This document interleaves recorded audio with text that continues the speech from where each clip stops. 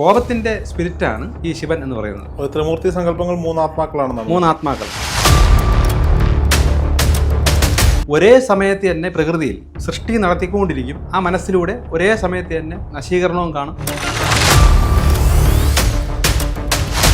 ഏലിയൻസിനെ കൂടെ കൂട്ടുന്നതുകൊണ്ട് ഗുണമോ ദോഷമോ? ഗുണമുള്ളതുകൊണ്ട് ദോഷമുള്ളതുണ്ട്. എന്താണ് അവരുടെ ഉദ്ദേശം? നമുക്കിടയിൽ നമ്മൾ എനർജീസ് എടുക്കുക. ഈ ധ്യാനിച്ച് ഔട്ടാകാൻ കഴിയാൻ പറ്റാത്തതാണ് അവർ കഞ്ചാവ് കഴിച്ചിരുന്ന് കൃത്രിമമായി ഔട്ടായിട്ട് കണ്ടാസ്വദിച്ചിരിക്കുന്നത്.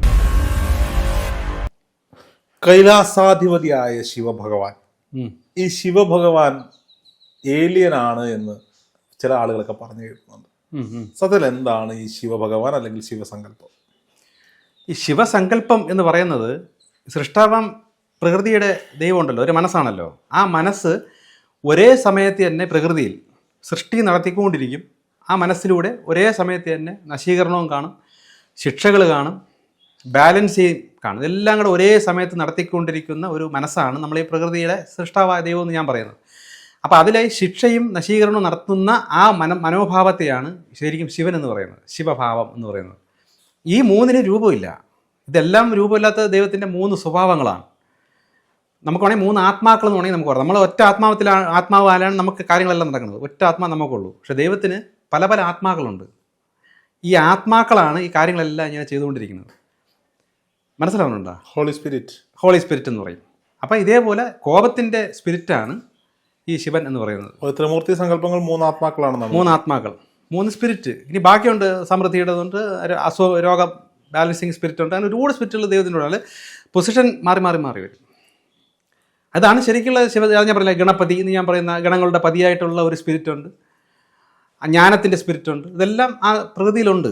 ഇതിനെല്ലാം ഒരു അംശം നമ്മളിലുണ്ട്. ശിവൻ ഏലിയനല്ല. ആ ശിവൻ ഏലിയനല്ല. ഈ സൃഷ്ടാവായ ദൈവത്തിൽ നിന്നും നമ്മളെക്കാട്ടിലും ലക്ഷക്കണക്കിന് കോടിക്കണക്കിന് വർഷങ്ങൾക്ക് മുന്നമേ സൃഷ്ടിക്കപ്പെട്ട മനുഷ്യജന്മമൊക്കെ, മനുഷ്യൻ എന്ന് പറയുന്നതൊക്കെ നമ്മളെ ഈ ഇപ്പോഴല്ലേ പറഞ്ഞോളൂ. നമ്മൾ പ്രപഞ്ചത്തിൽ സഞ്ചരിച്ചാൽ ഇതേപോലുള്ള ഭൂമിയെ പോലുള്ള അനേക ഭൂമിയിലൊക്കെ ലക്ഷക്കണക്കിന് കോടിക്കണക്കിന് വർഷങ്ങൾ പഴക്കമുള്ള ജീവജാലങ്ങൾ, നമ്മളെ പോലെയുള്ള ജീവജാലങ്ങൾ നമ്മൾ ഏലിയൻ എന്ന് പറയും. അതേപോലെ ദൈവത്തിൻ്റെ ആദ്യകാല ഡയമെൻഷനിൽ സൃഷ്ടിക്കപ്പെട്ട ഒരു സൃഷ്ടിയാണ് ഈ നമ്മളിവിടെ പറയുന്ന ഈ ശിവൻ എന്ന് പറയുന്ന ഒരു ഏലിയൻ. ആ ഏലിയൻ ഭൂമിയിൽ വരികയും കുടുംബസമേതം ഇവിടെ ജീവിക്കുകയും മക്കളൊക്കെ ആയിട്ട് ഇവിടെ താമസിക്കുകയും ഇവിടെ നടന്ന് പല പല കാര്യങ്ങൾ ചെയ്യുകയും ആ ശിവനിലേക്ക് ഒരുപാട് ആത്മാക്കളെ കൊണ്ടുപോവുകയും ചെയ്യും. ഇവർക്ക് ആത്മാക്കൾ കിട്ടിക്കഴിഞ്ഞാൽ മറ്റ് ഡയമെൻഷനുള്ള സാധനമാണ്. അവർക്ക് എനർജി വേണം. ആ എനർജി അവർക്ക് കിട്ടിയാൽ അവർക്ക് പവർഫുൾ ആവാൻ പറ്റും. അപ്പോൾ അതുകൊണ്ട് അവരുടെ രീതിയിൽ ആൾക്കാരെ ട്രെയിൻ ചെയ്തും നിയന്ത്രിച്ചും അവരെ കാര്യങ്ങളൊക്കെ ചെയ്തു കൊടുത്തും ഭൂതഗണങ്ങൾ അതൊക്കെ ഇവരുടെ ടീമുകളാണ്, ഇവരുടെ കൂടെയുള്ള ഒരു ടീമുകൾ. ഇതേപോലെ ഒരുപാട് ഭൂതഗണങ്ങളൊക്കെ ദൈവത്തിൻ്റെ കൂടെയുണ്ട്. നമ്മളെ സൃഷ്ടാവായ ദൈവം എന്ന് പറയുന്ന അൾട്ടിമേറ്റ് പവേഴ്സിൻ്റെ കൂടെ നിൽക്കുന്ന രൂപമില്ലാത്ത ഒരുപാട് എനർജീസ്. ഇതിന് രൂപമുണ്ട്, ഈ ഏലിയന് രൂപമുണ്ട്. അത് പലരും കണ്ടിട്ടുമുണ്ട്. ആ രൂപങ്ങളൊക്കെയല്ലേ പല രീതിയിൽ വരച്ചും ഉണ്ടാക്കി വെച്ചിട്ടുള്ളത്. ഈ കൈലാസത്തിലുള്ള ഏലിയന്റെ രൂപം. ഏലിയന്റെ മക്കളൊക്കെയാണ് മുരുകനെന്നും ഈ തുമ്പിക്കൈയൊക്കെ ഉള്ള ഗണപതി എന്നൊക്കെ നമ്മൾ പറയുന്നതല്ല. അതൊക്കെ ഏലിയനാണ്. അതൊക്കെ ഇവിടുത്തെ കഥകളാണ്. ഈ ഭൂമിയിൽ വന്നിട്ട് കഴുത്ത് വെട്ടിപ്പോയെന്ന്. അന്നത്തെ ആ ഏലിയൻ ടെക്നോളജി അറിയാമല്ലോ അവർക്കിപ്പം. നമ്മളിപ്പോൾ ആയിക്കൊണ്ടിരിക്കുകയാണ്. ഇപ്പം പന്നിയുടെ ലിവറോ ഹാർട്ടൊക്കെ എടുത്ത് വെക്കാൻ പോണെന്ന് പറഞ്ഞ് വെച്ചെന്നൊക്കെ പറഞ്ഞിട്ട് അതേപോലെ നാളെ മൃഗത്തിന്റെ തലയെടുത്ത് വെക്കും. മനുഷ്യൻ വികസിക്കുമ്പോൾ ഈ ഏലിയൻ ടെക്നോളജിയിലേക്ക് മനുഷ്യന് കയറി വരും. അപ്പോൾ നമുക്ക് ചുറ്റും നമ്മുടെ സമൂഹത്തിൽ ഏലിയന്മാരുണ്ടോ? ഉണ്ട്, ഇഷ്ടം പോലെ. നമ്മൾ 3 ഡയമെൻഷനിലെ കാഴ്ചകളിലേ നമ്മൾ നിൽക്കുന്നത്. നമ്മളിൽ തന്നെ ഈ ചുറ്റുപാട് തന്നെ 4th ഉണ്ട്, 5th ഉണ്ട്, 6th 7th ഡയമെൻഷൻസ് എല്ലാം ഇവിടെയൊക്കെ തന്നെ ഉണ്ട്. നമുക്കറിയാം ഇതിലെല്ലാം മറ്റ് ശക്തികളെല്ലാം സഞ്ചരിക്കുന്നതെല്ലാം ഈ ഡയമെൻഷനിലാണ്. ഈ ഏലിയൻസിനൊക്കെ ഇപ്പം നമ്മൾ കാട്ടിൽ തൊട്ട് വികസിച്ച ഏലിയൻ സമൂഹം എന്ന് പറയുന്നത് 4th ഡയമെൻഷനിൽ നിന്നും 3യും 4th കൈകാര്യം ചെയ്യാനുള്ള കഴിവ് അവർക്കുണ്ട്. അപ്പോൾ അവർക്ക് നമ്മളെ ഇടയിൽ അവരുടെ ഡയമെൻഷനിൽ നിന്ന് പെട്ടെന്ന് 3യിലോട്ട് വരുമ്പോഴാണ് പെട്ടെന്ന് ഒരു ഏലിയൻ ഷിപ്പിനെ നമ്മൾ കാണുകയും അപ്പോഴേ അവിടെ നിന്നും കൊണ്ട് അവർ 4th പോണതാണ്. അല്ല പറന്ന് പോണതല്ല. അവർ അടുത്ത ഡയമെൻഷനിലോട്ട് ചേഞ്ച് ആകുമ്പം ഇതങ്ങ് അപ്രതീക്ഷ പോകും. ഇപ്പോഴിവിടെയൊക്കെ തന്നെ അവർക്ക് നമ്മളെ നിയന്ത്രിക്കാൻ പറ്റും. ഇപ്പം തന്നെ നമ്മളെ മൊബൈലും കാര്യങ്ങളും എല്ലാം ഹാക്ക് ചെയ്യുന്നു. ഹാക്കർമാർ പല രാജ്യത്തു നിന്ന് ഹാക്ക് ചെയ്യുന്നു കേട്ടിട്ടില്ലേ? ഇതേപോലെ നമ്മുടെ ഇപ്പോൾ ഉള്ള ഭൂമിയിൽ മനുഷ്യരുടെ സകല ടെക്നോളജിയെ ഹാക്ക് ചെയ്യാനുള്ള കഴിവ് ഈ 4th ഡയമെൻഷനിലെ ഏലിയൻസിന് പറ്റും. അവർക്ക് രൂപമുണ്ടോ? അവർക്ക് രൂപമുണ്ട്. 4th ഡയമെൻഷനിലൊക്കെ നിൽക്കുന്നവർക്ക് രൂപമുണ്ട്. ഇവരെയൊക്കെ നിയന്ത്രിക്കുന്ന അദൃശ്യ ശക്തികൾ എന്ന് പറഞ്ഞാൽ അവർക്ക് രൂപങ്ങളില്ല. അപ്പോൾ ഈ രൂപങ്ങൾ ഉണ്ടെങ്കിൽ നമ്മൾ 3rd ഡയമെൻഷനിൽ ഇരിക്കുന്നവർക്ക് 4th ഡയമെൻഷനിലുള്ളവരെ കാണാൻ പറ്റും. അങ്ങനെ എത്രയോ പേര് അവരിലെ ഏലിയൻസിനെ കാണുമെന്ന് പറയുന്നത്. അങ്ങ് കണ്ടിട്ടുണ്ടോ ഏലിയൻസിനെ? ഞാൻ അങ്ങനെ കണ്ടിട്ടില്ല, എനിക്കല്ലാതെ നീ കണ്ണുകൊണ്ട് കണ്ടിട്ടില്ല, പക്ഷേ ഫീൽ ചെയ്തിട്ടുണ്ട്. അകക്കണ്ണുകൊണ്ട് പലരെയും കണ്ടിട്ടുണ്ട്. എന്താണ് അവരുടെ ഉദ്ദേശം നമുക്കിടയിൽ? നമ്മൾ എനർജീസ് എടുക്കുക, അവർ നമ്മളെ വശത്താക്കി നമ്മളെ നിയന്ത്രിച്ച് നമ്മളെ അവരുടെ ആളായിട്ട് കൊണ്ടുപോയി മരണപ്പെട്ടാൽ ആ ആത്മാവെന്ന് പറഞ്ഞ എനർജി അവർക്ക് കിട്ടും. ഏലിയൻസിനെ കൂടെ കൂട്ടുന്നതുകൊണ്ട് ഗുണമോ ദോഷമോ? ഗുണമുള്ളതുകൊണ്ട് ദോഷമുള്ളതുകൊണ്ട്, രണ്ട് കൂട്ടരുമുണ്ട്. ഗുണം ചെയ്യുന്ന ഏലിയൻസ് ഉണ്ട്, ദോഷം ചെയ്യുന്ന ഏലിയൻസ് ഉണ്ട്. ഗുണം ചെയ്യുന്ന ഏലിയൻസ് ഞാൻ ദൈവത്തോട് ചോദിച്ചിട്ടുണ്ട്, ദൈവമേ ശരിക്കും ഇവരെയൊക്കെ എന്തിനാണ് ഇവിടെ ഇട്ടേക്കണത്, ഈ മനുഷ്യരെ എന്തിനാണ് ഇങ്ങനെ ശല്യത്തിനായിട്ട് ഇവരെയൊക്കെ ഈ ഏലിയൻസിനെയൊക്കെ ഇവിടെ വെച്ചിരിക്കുന്നതെന്ന് വെച്ചാൽ ദൈവം പറഞ്ഞു വെച്ചാൽ ഏലിയൻസ് ആണ് പണ്ടേ ഇവിടെ ഉള്ളതെന്ന്, മനുഷ്യനാണ് ഇപ്പോൾ വന്നതെന്ന്. ഏലിയൻസ് ആണ് പണ്ടേ. നമ്മളിപ്പോൾ ഇവിടുന്ന് നിങ്ങളിപ്പോൾ ട്രിവാൻഡ്രം വരുന്നു, നേരെ കൊച്ചി പോകുന്നു, ഇതേപോലെയാണ് അവർ ഭൂമിയിൽ വരുന്നു, നേരെ ശനിയിൽ പോകുന്നു, അവിടെ നിന്ന് അടുത്ത നക്ഷത്ര മണ്ഡലത്തിലേക്ക് യാത്ര ചെയ്യുന്നു, വൈകുന്നേരം ആകുമ്പം തിരിച്ച് ഭൂമിയിൽ വരുന്നു. അവരുടെ സഞ്ചാരപഥം അങ്ങനെയാണ്, അവരുടെ ടെക്നോളജി അങ്ങനെയാണ്. ഡയമെൻഷനിൽ നിന്ന് ഡയമെൻഷൻ ചേഞ്ച് ചെയ്യാൻ അവർ യാത്ര ചെയ്യണത്. അത് എങ്ങനെയെന്ന് പറഞ്ഞു കഴിഞ്ഞാൽ നമുക്ക് ആ ഡയമെൻഷനിൽ പോയാൽ ആ കോഴ്സ് പഠിക്കാൻ പറ്റൂ. 3 ഡയമെൻഷനിൽ മനുഷ്യന് ഒരു കപ്പാസിറ്റി പറഞ്ഞിട്ടുള്ളൂ, അതിന് അകത്തുള്ള പഠനമേ നമുക്കുള്ളൂ. അപ്പോൾ ഈ ചിലർ പറയുന്നത് 6th ഡയമെൻഷനിൽ 5th ഡയമെൻഷൻ ആത്മാവ് സഞ്ചരിക്കും. നമ്മൾ ആത്മാവിന് 7th അപ്പുറത്ത് പോകാൻ വരെ നമ്മൾ ആത്മാവിന് മെഡിറ്റേഷൻ യോഗയൊക്കെ ചെയ്ത് സമാധി എന്ന് പറയുന്ന അവസ്ഥയിൽ ആത്മാവ് സഞ്ചരിക്കുന്നതാണ്. ആത്മാവിനെ സ്വയം ഇഷ്ടപ്രകാരം ഡയമെൻഷനോട് വിട്ടുകൊടുക്കുന്നതാണ് ഈ സമാധിയായിട്ട് പോണത്. ഈ ആത്മാവ് പോയി കണ്ടിട്ട് വരുന്ന കാഴ്ചകൾ തിരിച്ച് ഫിസിക്കൽ ബോഡിയിലേക്ക് എത്തിയതിനു ശേഷം അവന്റെ മെമ്മറിയിൽ ആണ്. ആത്മീയ വളർച്ച ഒരാൾക്ക് മെമ്മറിയിൽ കിട്ടും. നമ്മളും ആത്മാവും തമ്മിൽ ഒരേ ലെവലിൽ വരണം. നമ്മുടെ കാഴ്ചപ്പാടും നമ്മുടെ അറിവും ആത്മാവിന്റെ ആ കാഴ്ചപ്പാട് അറിവുമായിട്ട് ഒരേ ലെവലിൽ മാർഗം എന്താ? അതിനാണ് ധ്യാനിക്കണം എല്ലാവരും. ഭൗതിക ചിന്തകളെല്ലാം വെടിഞ്ഞ് ആ മൈൻഡ് ഔട്ടായിട്ട് ആത്മീയ ചിന്ത ധ്യാനം മനസ്സ് കോൺസെൻട്രേറ്റ് ചെയ്ത് നിൽക്കുമ്പോൾ ആത്മാവ് തന്നെ ഉയർന്നു വരും. അങ്ങനെ പ്രാക്ടീസ് ചെയ്യുന്ന വ്യക്തിക്ക് ആത്മാവ് പവർഫുൾ ആയിരിക്കും, ആയി വരും. പിന്നെ പ്രകൃതിയിൽ ആ ആത്മാവിൻ്റെ ഇഷ്ടമുണ്ട്. ഞാൻ പറഞ്ഞല്ലോ, ഓരോ ആത്മാക്കൾക്ക് ഓരോ റേഞ്ചും ഓരോ ഇഷ്ടങ്ങളുമാണ്. അത് തിരിച്ചറിഞ്ഞ് അതങ്ങ് ചെയ്തു കൊടുക്കണം. അപ്പോൾ ആത്മാവ് ഹാപ്പിയാവും, അപ്പോൾ ആത്മാവ് വളർന്നുകൊണ്ടേയിരിക്കും. അങ്ങനെ വളർന്ന ആത്മാക്കൾക്ക് നമ്മളെ തലച്ചോറുമായിട്ട് കമ്മ്യൂണിക്കേറ്റ് ചെയ്യുന്നത് നമ്മുടെ ബോധ മനസ്സിലേക്ക് നമുക്ക് തിരിച്ചറിയാൻ പറ്റും. മറ്റേ തിരിച്ചറിവ് വരാത്തതാണ്. ഈ പ്രകൃതിയിലുണ്ടാവുന്ന മാറ്റങ്ങൾ അല്ലെങ്കിൽ മനുഷ്യരുടെ കൂട്ടത്തിൽ അവിശ്വസനീയമെന്ന് നമ്മൾ ചിന്തിക്കുന്ന എനർജി സോഴ്സുകൾ, ഇവയൊക്കെ തിരിച്ചറിയാൻ നമ്മുടെ നായ്ക്കൾക്കും പൂച്ചകൾക്കൊക്കെ 4th ഡയമെൻഷനിലോട്ടുള്ള വിഷൻസ് അവർക്കുണ്ട്. അപ്പോൾ അവർക്ക് ഏലിയൻസിനെ കാണാൻ പറ്റും. അവർ കാണുന്നുണ്ട്. അവർ കാണുന്നുണ്ടൊക്കെയാണ് രാത്രിക്ക് അവിടെ നിന്നും കൂടി ഓരോട്ടൊക്കെ നോക്കി കൂവയും വിളിക്കുകയും ചെയ്യുന്നത്. അവർ കാണുന്നുകൊണ്ടാണ്. നമ്മളെ അറിയിപ്പ് തരണതാണത്. ഇതാ ഒരു സാധനം പോണേ എന്നൊക്കെ പറഞ്ഞ് അവർ നമ്മളെ ഇൻഫർമേഷൻ തരുന്നതാണ് ഈ പേടിച്ച് ഇങ്ങനെയൊക്കെ വിളിക്കുന്നത്. ഏലിയൻസിന്റെ രൂപം എന്തായിരിക്കും? ആരെങ്കിലും പറഞ്ഞു കേട്ടിട്ടുണ്ടോ? പല രൂപത്തിലുണ്ട്. ഞാൻ കാണുമ്പോൾ തന്നെ പല രൂപത്തിലാണ് ഇവരെ കാണുന്നത്. ചിലപ്പോൾ എൻ്റെ അടുത്ത് നിൽക്കുന്നതായിട്ട് ഞാൻ കാണും, കണ്ട് ഞാൻ ഇങ്ങനെ ഉണരുമ്പം കാണൂല. അപ്പം എനിക്ക് പ്രാർത്ഥിച്ച് ചോദിക്കുമ്പോൾ ഇതെന്താണ് കണ്ടത് വെച്ചപ്പോൾ സാധനമുണ്ട്, പക്ഷെ എൻ്റെ ഭൗതിക കണ്ണുകൊണ്ട് ഞാൻ കാണുന്നില്ലെന്നേ ഉള്ളൂ. ഈ റൂമിൽ ഏലിയൻ ഉണ്ടാവും? അത് പറയാൻ പറ്റില്ല. അത് ആ ഒരു മൂഡിൽ നിൽക്കുമ്പോഴേ അങ്ങനെ ഉണ്ടെങ്കിൽ കാണാൻ പറ്റുള്ളൂ.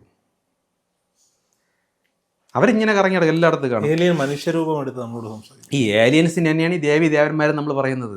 മിക്ക ഏലിയൻസിനെയാണ് നമ്മൾ ഈ ദേവി ദേവന്മാരെന്നൊക്കെ പറയുന്നതെല്ലാം ഓരോ ടൈപ്പ് ഏലിയൻസിനാണ്. നമ്മൾ ഈ കാലഘട്ടത്തിൽ ടെക്നോളജി വികസിച്ചപ്പം ഇതൊക്കെ ഏലിയൻസ് ആണെന്ന് തിരിച്ചറിയുന്നു. പല ഡയമെൻഷനിലുള്ള ഏലിയൻസ് ആണെന്ന് നമ്മൾ മനസ്സിലാക്കണതാണ്.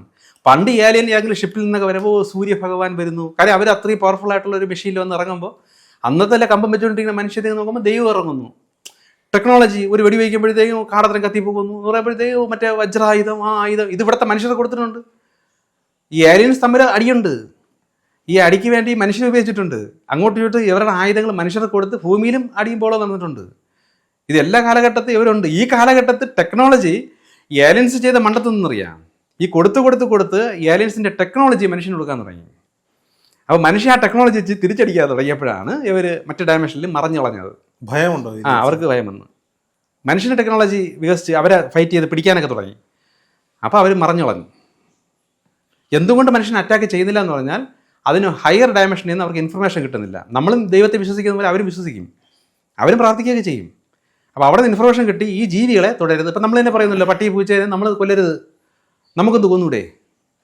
പക്ഷേ ഗവൺമെൻറ് നിയമം വെച്ച് സുപ്രീം കോടതി വിധിയുണ്ട് ചെയ്യരുത് എന്ന് പറയുമ്പോഴത്തേക്കും നമ്മൾ അത് പേടിച്ചാണ് ഈ മൃഗങ്ങളെ ചെയ്യാത്തത്. അതേപോലെ അവരുടെ സുപ്രീമിൽ നിന്ന് ഓർഡറുണ്ട്, മനുഷ്യൻ എന്ന് പറഞ്ഞ കൃമി ജീവികളെ കൊല്ലരുത്. അപ്പോൾ അതുകൊണ്ടാണ് അവരിങ്ങനെ മാറി നിൽക്കുന്നത്. അല്ലെങ്കിൽ അവർ ഷൂ എന്ന് ഞാക്കിയാൽ ഇവ മൊത്തം കത്തിയങ്ങ് പോകും. ആ ടെക്നോളജി നിൽക്കുന്നത്. സൂര്യൻ്റെ അകത്തേക്ക് ഇറങ്ങി പോണ കണ്ടിട്ടുണ്ടല്ലോ, നാസയുടെ പിക്ചറിൽ കിട്ടിയെന്ന് സൂര്യൻ ഈ ഒരു പേടകം കയറി. അവരുടെ സാധനങ്ങൾ അങ്ങനെയാണ്. അവർ വേറെ ഗ്രഹങ്ങളിൽ നിന്ന് സൂര്യൻ്റെ ചൂടിനെക്കാട്ടിലും തരണം ചെയ്യുന്ന ലോഹങ്ങൾ വെച്ചാണ് അവരുടെ വാഹനം ഉണ്ടാക്കി ചെയ്യുന്നത്. അതും ഡയമെൻഷനിലും സഞ്ചരിക്കാനുള്ള കഴിവുമുണ്ട്. നമ്മൾ ഈ ഭൂമിയിൽ നിന്ന് കിട്ടിയ സാധനമായിട്ടല്ലേ നമ്മളെ സാധനം വെച്ച് ഇത് വെച്ചിട്ട് അതിനപ്പുറത്തോട്ടുള്ള ചൂടിലോട്ടൊന്നും അനങ്ങാൻ പറ്റൂല. പക്ഷെ അവരുടെ സാധനങ്ങൾ തന്നെ ഗ്രഹങ്ങൾ തോറും കറങ്ങി അതിനെക്കാട്ടിയും വെല്ലുന്ന മെറ്റീരിയൽ വെച്ചാണ് അവരുടെ സാധനം ഉണ്ടാക്കി വെച്ചേക്കുന്നത്. ടെക്നോളജി അത്രയാണ് അവർക്ക്. ശിവൻ ഏലിയൻ ആണ് എന്ന് തന്നെയാണ് പറയുന്നത്. ശിവൻ എന്നല്ല, നമ്മൾ ഈ കൈലാസത്തിൽ ഇപ്പോഴുണ്ടെന്ന് പറയുന്ന ഏലിയൻ എന്ന് ഇവരെ ആൾക്കാർ പറയുന്ന ഏലിയൻ, അങ്ങനെ ഒരു ഏലിയൻ ഉണ്ട്, ഇരിപ്പുണ്ട്. ഒരുപാട് ആൾക്കാരെ പുള്ളി നിയന്ത്രിക്കുന്നുണ്ട്.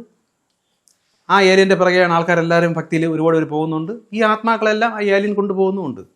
പക്ഷേ ഞാൻ ദൈവത്തോട് ചോദിച്ചിട്ട് ദൈവം ഇതൊരു ചതിയല്ലേ ഇങ്ങനെ കൊണ്ടുപോകാൻ?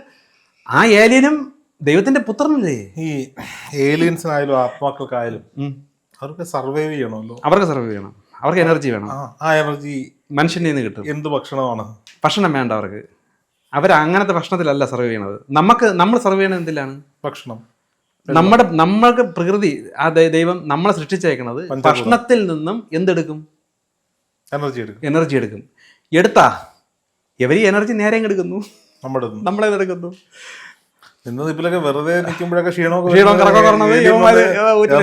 ഇത് നമ്മുടെ ഉള്ളിലും വരും. യവന്മാർ നമ്മളെ സ്വാധീനിക്കും. ഇപ്പൊ തന്നെ ഈ അച്ഛനെ കഴുത്തറുത്ത് കൊല്ലുന്നു, അമ്മേനെ വെട്ടിക്കൊല്ലുന്നു. ഇത് ആ മോനോ അല്ലെങ്കിൽ ആ മകൻ എന്നാണ് വിചാരം. അത് കഞ്ചാവും വെള്ളവും. ഇത് ചെയ്ത് ഇവന്റെ ബുദ്ധിയെ മരവിപ്പിക്കുമ്പോഴാണ് യുവമാർക്ക് ഉപയോഗിക്കാൻ പറ്റുന്നത്. ബോധം കെട്ടാലേ ഇവർക്ക് ഉപയോഗിക്കാൻ പറ്റുള്ളൂ. മനുഷ്യൻ ബോധമുള്ളവൻ, അവന്റെ മെമ്മറിയിൽ, അവന്റെ മനസ്സിൽ എന്തൊക്കെയാണ് സങ്കല്പത്തില് അവൻ സ്വതന്ത്രനാണ്. യവൻ അനുവദിക്കാതെ ഇവർക്ക് അവനെ പിടിക്കാൻ പറ്റില്ല. ലഹരിയിൽ യവൻ മന്ദനാവും. യവന്റെ കണക്ഷൻ കെട്ടാன സമയത്താണ് യവന്മാരെ കയ്യിലെടുത്ത് കയറി അങ്ങ് പ്രവർത്തിക്കുന്നത്. ലഹരിയിൽ ഉന്മത്താവസ്ഥയിൽ ഇരുന്നാൽ ഏലിയൻ കാണാം, എല്ലാത്തിനെയും കാണാൻ പറ്റും. നമ്മളെ ബോധ മനസ്സിനെ ഔട്ടാക്കിയാൽ അപ്പോൾ ഈ മറ്റേ ആത്മമണ്ഡലത്തിലുള്ള കാര്യങ്ങളെ കാണാൻ വേണ്ടിയിട്ടാണ്. ഈ ധ്യാനിച്ച് ഔട്ടാകാൻ കഴിയാൻ പറ്റാത്തതാണ് അവർ കഞ്ചാവ് കഴിച്ചിരുന്ന് കൃത്രിമമായി ഔട്ടായിട്ട് ആസ്വദിച്ചിരിക്കുന്നത് എന്ന് പറഞ്ഞാൽ അവരൊന്നും പോസിറ്റീവിലോട്ട് പോകില്ല. പോസിറ്റീവ് പോകണം. ഇത് സ്വാഭാവികമായി ഉയർന്നു വന്ന് സ്വാഭാവികമായ ഭക്തിയിൽ നിന്ന് സ്വാഭാവികമായി ധ്യാനിച്ച് മനസ്സിനെ നിയന്ത്രിച്ച് സ്വാഭാവികമായി ചെയ്ത്. ഇപ്പം ഒരു മാങ്ങ നമ്മൾ ഇഞ്ചക്ഷൻ ചെയ്ത് അതിനെ പഴുപ്പിച്ച് റെഡിയാക്കി എടുത്ത ടേസ്റ്റ് കാണും. സ്വാഭാവികം നിന്ന് പഴുത്ത മാങ്ങയല്ലേ നമ്മൾ ഇതിനെ ആഗ്രഹിക്കണം. സൃഷ്ടാവായ ദൈവത്തിൻ്റെ പോസിറ്റീവ് എന്ന് പറയുമ്പോഴും നിന്ന് പഴുത്ത മാങ്ങയാണ് വേണ്ടത്. ആർട്ടിഫിഷ്യൽ മാങ്ങകൾ അങ്ങോട്ട് എടുക്കൂല. ഏലിയൻ ഒരു വലിയ സംഭവമാണ്. ഏലിയൻ സംഭവം തന്നെ. അത് ഇപ്പോൾ പണ്ടേ ഉണ്ട്, ഇപ്പോഴും ഉണ്ട്, എല്ലാ കാലത്തും സഞ്ചരിച്ചുകൊണ്ടിരിപ്പുണ്ട്. അവരെ ടെക്നോളജി അല്ലേ ഇപ്പം എല്ലാം കൊടുത്തുകൊണ്ടിരിക്കുന്നത്. നമ്മൾ നേരത്തെ പറഞ്ഞപ്പോഴേ ഈ ആത്മീയമായ ഉന്നതിയിൽ നിൽക്കുന്ന ആളുകൾ പോസിറ്റീവ് വശത്തേക്ക് പോകുന്നു. ഗുരുക്കന്മാരെ പറ്റി നമ്മൾ പറഞ്ഞു. പോസിറ്റീവിന്റെ ഹൈ തലമുണ്ട്, പോസിറ്റീവ് ആണെങ്കിൽ പോലും പല പല തലങ്ങളുണ്ട്. നമുക്ക് അതിന്റെ പോസിറ്റീവിന്റെ ഏറ്റവും ഹയസ്റ്റ് മേഖലയിൽ ഇരിക്കുന്ന ഒരു ഗുരുവിനെ, ഒരു ആത്മീയ ഗുരുവിനെ എങ്ങനെ തിരിച്ചറിയാൻ പറ്റും? പോസിറ്റീവിന്റെ ഹൈ തലത്തിലിരിക്കുന്ന ഒരു ഗുരു അവൻ നാളത്തേക്ക് വേണ്ടി അവനൊന്നും പ്ലാൻ ചെയ്യില്ല. എന്തെങ്കിലും കിട്ടിയാൽ കഴിക്കും, എന്തെങ്കിലും കിട്ടിയ അവധൂതൻ എന്ന് വിളിക്കുന്നു. അവരൊക്കെ ആ റേഞ്ചിൽ വരുന്ന ആൾക്കാരാണ്. എന്തെങ്കിലും കിട്ടിയ എടുക്കും. ഈ ആത്മീയത്തിൽ ഫീസ്, ഇത്ര പൂജ, കാര്യം ഈ പൂജയ്ക്കൊക്കെ അപ്പുറത്തിലേക്ക് അവരെത്തി. ആ സൃഷ്ടാവ ദൈവമായിട്ടുള്ള കണക്ഷൻ മാത്രമേ ഉള്ളൂ. എൻ്റെ ലക്ഷ്യം ആ ലെവലെത്താനാണ്. അതാണ് ആ ഹൈ എന്ന് പറഞ്ഞപ്പോൾ എനിക്കും അതിലോട്ട് പോകണം. അവർ ഈ ആൾക്കാരെ ഞാനൊരു ആത്മീയനാണ് എന്ന് അവർ കാണിക്കേണ്ട ആവശ്യമൊന്നും അവർക്കില്ല. അവരിൽ ചൈതന്യമുണ്ട്. അവർ സഞ്ചരിക്കുന്നിടത്തും പോകുന്നിടത്തും സംസാരിക്കുന്നിടത്തെല്ലാം ആൾക്കാർ അട്രാക്റ്റ് ആവും. ഈ അട്രാക്റ്റ് ചെയ്യാൻ വേണ്ടിയിട്ട് ഈ വലിയ വലിയ ഉണ്ടമാല, തലയിൽ തൊപ്പി, അല്ലെങ്കിൽ കുറേ ഭസ്മൊക്കെ വാരി തേച്ചൽ, അവർ ശരീരത്തിൽ പളങ്ങണ ഡ്രസ്സ്, ഇങ്ങനെയൊന്നും ഇട്ട് അവർ ആ ആത്മാവിന് അങ്ങനെ തോന്നൂല. അവർ സാധാരണപ്പെട്ടില്ല, സാധാരണ മനുഷ്യനെ പോലെ സാധാരണക്കാരുടെ ഇടയിൽ സഞ്ചരിച്ച് ആൾക്കാർക്ക് ദൈവത്തെക്കുറിച്ച് പറഞ്ഞു കൊടുക്കുന്ന വ്യക്തികളാണ് ഹൈ ഡയമെൻഷനിലെത്തുന്നത്. അവരെ തിരിച്ചറിയാൻ പറ്റുന്ന ഇങ്ങനെ കണ്ടുപിടിക്കാൻ പറ്റുള്ളൂ. ഇങ്ങനെയാണോ ഈ ഗുരു എന്ന് നോക്കിയാൽ തിരിച്ചറിയാം. അതൊരു അവർക്ക് ഒരു പുകപറയൊക്കെ ഉണ്ടാക്കി അത് ചെയ്യാൻ പറ്റില്ലേ? ചെയ്യാം. മനുഷ്യൻ ബുദ്ധിമാനാണല്ലോ. ഇപ്പോൾ അവനൊരു കല്യാണം കഴിക്കണമെങ്കിൽ അവൻ ഭയങ്കര അന്വേഷണം വെച്ചല്ലേ പെണ്ണ് കിട്ടുള്ളൂ. ഒരു കാർ വാങ്ങിക്കണമെങ്കിൽ തന്നെ അവിടെ പോയി നോക്കും, ഇവിടെ പോയി നോക്കും, ഇവിടെ പോയി നോക്കും, എല്ലാം നോക്കും, ഇരുന്ന് നോക്കും, കിടന്ന് നോക്കും, ചവിട്ടി നോക്കും, ഇരുന്ന് നോക്കും. ആത്മീയ ഗുരുവിനെ കണ്ടുപിടിക്കാൻ വേണ്ടി അത് ഒരു അന്വേഷണം വേണം. മനുഷ്യൻ അത്ര വലിയ ബുദ്ധിമാനായിരുന്നെങ്കിൽ ദുആ ചെയ്ത് അസുഖം മാറ്റുന്നവനെയും പ്രാർത്ഥിച്ച് അസുഖം മാറ്റുന്നവനെയും ബുദ്ധിമാൻ രോഗശാന്തി ശുശ്രൂഷ കൊടുക്കുന്നവനെയൊക്കെ എപ്പോഴേ തിരിച്ചറിഞ്ഞായിരുന്നു. ഇത് തിരിച്ചറിയാൻ ശ്രമിക്കണില്ലെന്ന് അതാണ് ഞാൻ പറഞ്ഞു പറഞ്ഞത്. ബാക്കി ഭൗതിക മേഖലയിലെല്ലാം തിരിച്ചറിയാൻ ശ്രമിക്കും. ഈ ആത്മീയ മേഖലയിൽ മനുഷ്യൻ മന്ദബുദ്ധിയായി പോയി. ഇവിടെ എന്ത് തിരിച്ചറിയാത്തത്? കൺമുന്നിൽ ഒരു മണ്ടത്തരം കണ്ടാൽ പോലും, പറ്റിപ്പാണ് വെട്ടിപ്പാണെന്ന് കണ്ടാൽ പോലും എന്തിന് പിന്നെ അവൻ്റെ പുറകെ പോകണം? എന്നെ വിളിക്കുന്ന പലരും ഉണ്ട്. അത് പല അബാക്കിലൊക്കെ ഒരുപാട് പേര് സംസാരിക്കുന്നുണ്ട്. പലരും പക്ക കള്ളന്മാരാണ്. കേൾക്കുമ്പോഴേ അറിയാം. ഞാൻ പറയും, ഇപ്പോഴും കേൾക്കാറുണ്ടോ? ഇന്നലെയും എൻ്റെ ഇവിടെ കേട്ടോ. നമ്മൾ ഈ കള്ളനെന്ന് അറിഞ്ഞെങ്കിൽ പിന്നെ എന്തിന് നിങ്ങൾ കേൾക്കാൻ പോകണം? കള്ളനെന്ന് മനസ്സിലായെങ്കിൽ പിന്നെ എന്തിനാ അവൻ്റെ അത് കേൾക്കാതിരിക്കുന്നത്? ഇതാണ് മനുഷ്യൻ്റെ മണ്ടത്തരം. ഇപ്പം നമ്മൾ ഇപ്പം ബാത്റൂമിൽ പോയി തിരിച്ച് നോക്കൂ, അതിനെ ആലോചിക്കുമോ, പിന്നെ ചിന്തിക്കുമോ അതിനെക്കുറിച്ച്? ഇതേപോലെ അവൻ ഫ്രാഡാണ് എന്ന് കണ്ടു കഴിഞ്ഞാൽ അവൻ അങ്ങനെ ആക്കിയാൽ കളയുക. അത് കളയാതെ അവൻ്റെ പുറകെ ചോദിച്ച് പിന്നെ ഫോൺ ചെയ്ത് ചോദിച്ചു